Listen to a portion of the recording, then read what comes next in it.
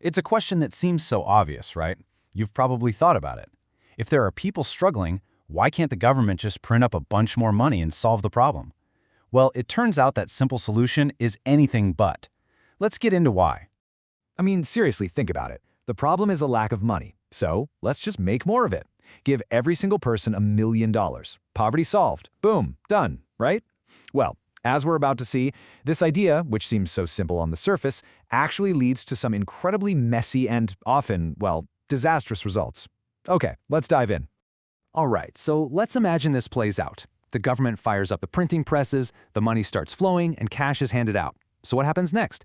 Well, you'll hear economists use a big word for it, inflation. But what does that actually mean? Let's break down what really happens to your wallet. At its heart, inflation is just about supply and demand. Think of it this way.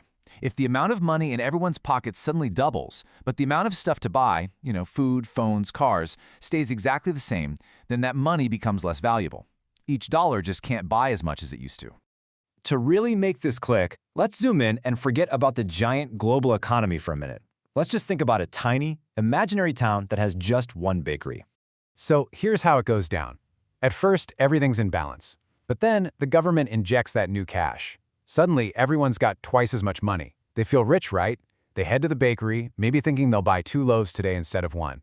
But, and this is the absolute key, the bakery didn't magically get a new oven or more flour. It still only has 5 loaves of bread to sell. So what happens when you have more people with more money all trying to buy the same limited amount of bread? The bakery just raises the price. And that, right there, is the whole problem. Even with double the cash in their pockets, their actual buying power, what they can get for their money, hasn't changed one bit. The only thing that's different is the number on the price tag. They are no wealthier than they were before. Okay, I can hear you thinking, that's a neat little story, but surely no country would actually be foolish enough to do that in the real world, right? Well, you'd be surprised. History is practically littered with these cautionary tales. Let's look at a few really stark examples. So, our first stop is Germany, right after World War I. The country was completely crippled by massive war debts they were forced to pay. They were desperate, and in that desperation, they turned to the printing presses. The result was beyond catastrophic. The German mark basically became worthless. Just to give you an idea, a single loaf of bread that cost around 250 marks at the beginning of 1923 cost an unbelievable 200 billion marks by November of that same year. Just try to wrap your head around your grocery bill going up by that much, that fast. And no, that is not an exaggeration. It's a famous image from the time for a reason. Your money was so worthless you'd literally need a wheelbarrow full of it just to go buy some food. This economic chaos just obliterated people's life savings and fueled huge social unrest. And this isn't just some dusty ancient history. Let's jump way forward to something much more recent. Zimbabwe in the late 2000s. The country was facing a whole mass of economic problems. And the government's response was that same old, disastrous solution, just print more money. What happened next was hyperinflation on a scale that honestly just breaks your brain. At its peak, the annual inflation rate hit 89.7 sextillion%. And yet, we had to look that up too. That's a number with 21 zeros after it.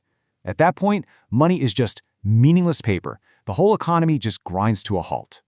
Imagine this. You get paid and you have to run, not walk, run to the store to spend it immediately, because you know that by tomorrow, it'll be worth half as much.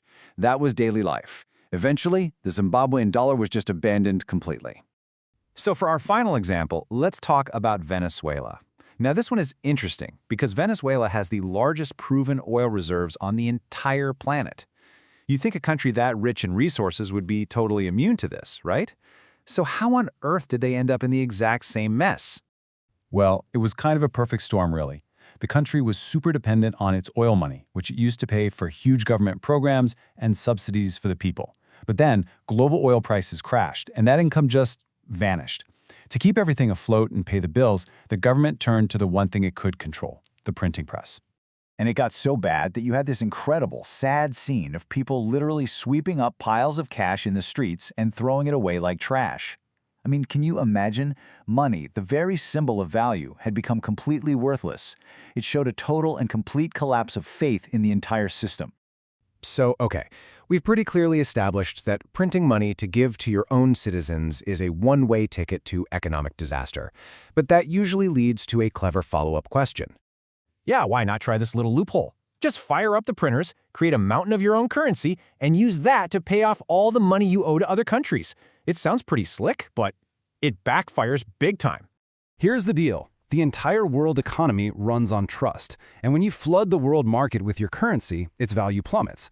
Other countries and banks look at it and say, no way. We're not accepting payment in this stuff, it's losing value by the second. It's basically like trying to pay off your mortgage with monopoly money. Not only will they refuse it, but you also torch your country's reputation for years to come.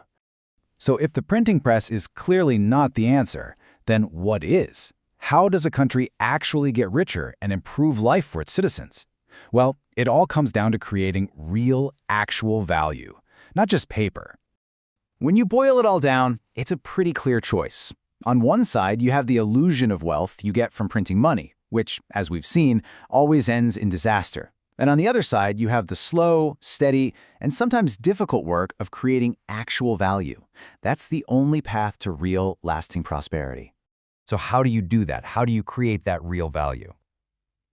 Well, it's about investing in the things that make your entire economy more productive. Educating your people, building good roads and reliable power grids, encouraging new technologies, and just creating a stable environment where businesses can actually grow, create jobs, and make more stuff. And that really brings us full circle, doesn't it? Right back to our little bread example. True wealth, a country's real wealth, isn't about how many zeros you can print on a piece of paper. It's about how much your country can actually produce, the goods and services we all want and need. Because really, at the end of the day, what good is $1 billion bill if there's no bread left to buy?